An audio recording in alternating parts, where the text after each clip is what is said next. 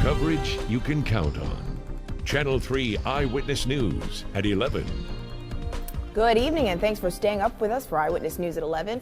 I'm Joy Dukes. Well, an 11-year-old boy was shot early this morning while asleep in his home on Usher Drive. The boy is in the hospital with significant but non-life-threatening injuries. Chattanooga police responded to the incident but need help finding the person responsible. Police Chief David Roddy held a press conference this afternoon, and Mary Frances Hoots was there, and she joins us now with details. Mary Frances, what's the latest? Well, Joy, I asked if someone inside the home was targeted, and Chief Roddy said they are working to determine that in the investigation right now. Their main concern is just finding the people responsible for the shooting. But the glaring one of most of all is that there's an 11-year-old that was hurt, and it's absolutely unconscionable that someone would do this right before Christmas and shoot a child.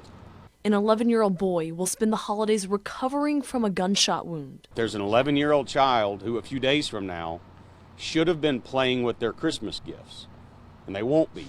The boy went to sleep Saturday night and woke up after being struck by a bullet. I know for certain that some individuals stood outside of a house and without any regard for someone else's health and safety, they fired rounds, bullets into that house indiscriminately, without any idea of who they were going to hit. The 11-year-old boy was taken to the hospital by someone at the home before police arrived at the scene.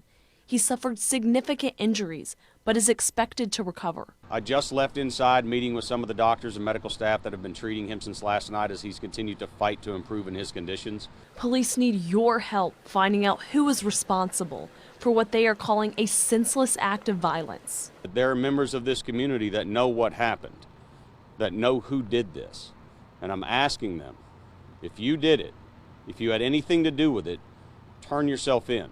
They won't stop until the criminals are behind bars. The men and women of the Chattanooga Police Department are not going to stop. They're going to continue as they have since last night, doing everything they can to continue to pursue the individuals that did this and bring them to justice. Nobody else was injured during the shooting. Police do have a few leads, but still there are questions surrounding the motive of the shooting. If you know anything, please call the number right there on your screen, 423-698-2525. Live in the studio, Mary Frances Hoots, Channel 3 Eyewitness News.